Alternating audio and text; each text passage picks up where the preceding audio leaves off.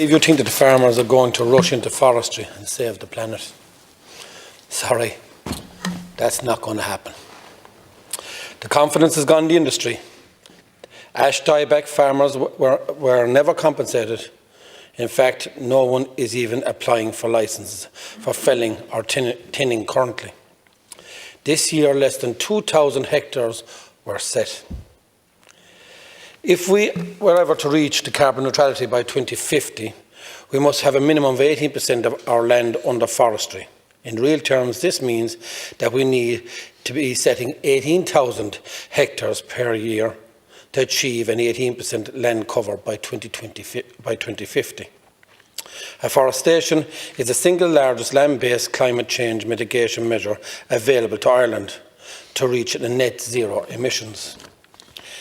This is the minimum supported by the Department of Agriculture and Public Expenditure and Reform.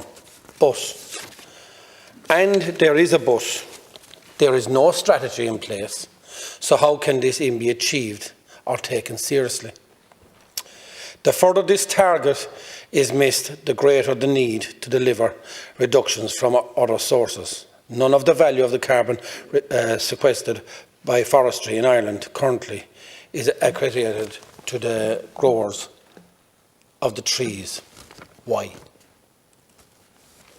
The cries from farmers about the layers of bureaucracy is actually upsetting. They have asked your department to simplify the process as it gets more and more complicated. One farmer said to me, "Do they think we are idiots?" He said that if you do anything in the forest within 15 kilometres of a special area of conservation, you must submit an environmental impact assessment with all the costs associated. If you were building a factory, you would hardly have even to do this. And by the time you get an answer, it's too late anyway.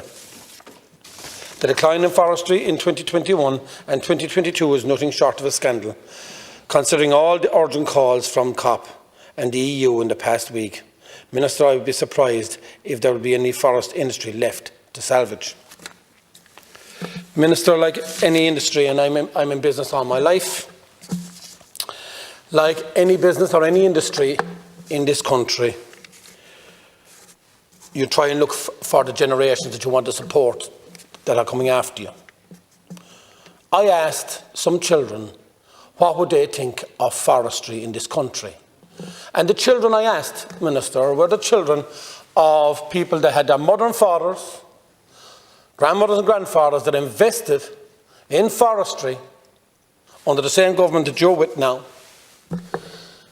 To be told when there was an ash dieback and they knew they were coming in from Holland, that your own government sat on their hands 12 months in advance and done nothing, which has now caused the problem with the ash dieback.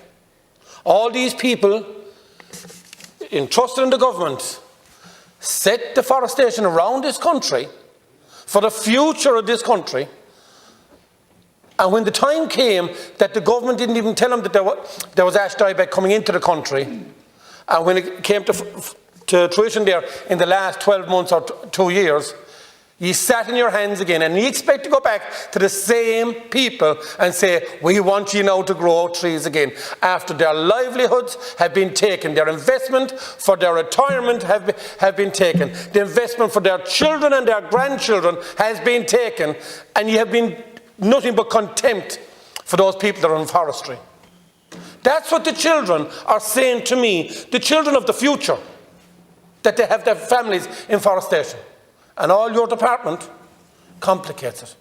Now I do know you were elected in 2019 to the council, and then you came here in 2020. And I do wish you well in your job.